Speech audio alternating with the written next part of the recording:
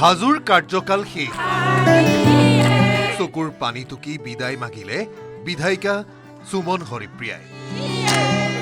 সমষ্টিবাসীৰ কাষত আবেগিক হৈ পৰিল সুমন হৰিপ্ৰিয়া মই সদায় হাজোৰ জীয়ৰী হৈ থাকিম 10 বছৰৰ দিনাখনলৈকো মই যে হাজোৰ ৰাইজে যে মোক এতিয়াও মৰম কৰিছে সুমন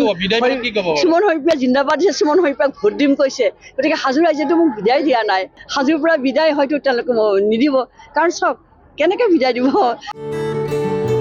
হাজোৰ লগত মোৰ সম্পৰ্ক ব্যক্তিগত কোনো ৰাজনৈতিক সম্পৰ্ক নহয় মই হাজোৰ বিধায়ক নহলেও হাজোৰ বাবে কাম কৰি যাম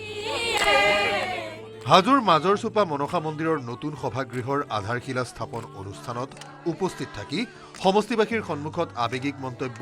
হাজোৰ বিধায়িকা সুমন হৰিপ্ৰিয়াৰ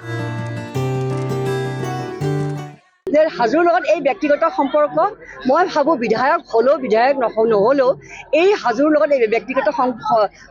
সম্পৰ্ক অক্ষুণ্ণ থাকিব আৰু যি বিধায়ক আহিব এটা কথাই বিচাৰিম যে হাজোৰ ৰাইজক ভাল পাব লাগিব মৰম কৰিব লাগিব যে তেওঁলোকৰ বিচৰাখিনি যে তেওঁলোকে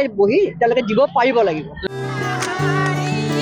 অনাগত নিৰ্বাচনত কোনটো সমষ্টিৰ পৰা নিৰ্বাচন খেলিব সুমন হৰিপ্ৰিয়াই সাংবাদিকৰ পোনপটীয়া প্ৰশ্নৰ কৌশলপূৰ্ণ উত্তৰ দিলে বিধায়িকাগৰাকীয়ে মই জনাইছোঁ মোৰ ব্যক্তিগত ইচ্ছা পাৰ্টিক জনাইছোঁ দিলে যাবনে আপুনি যদি দলে দিয়ে মাই হাৰ্ট গোজ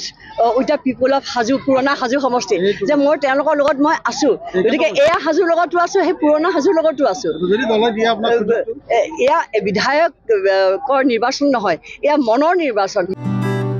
শুকুৰবাৰে হাজোৰ বিভিন্ন অঞ্চলত উপস্থিত হৈ সমষ্টিবাসীৰ মৰম চেনেহ দেখি যথেষ্ট আবেগিক হৈ পৰিল বিধায়িকা সুমন হৰিপ্ৰিয়া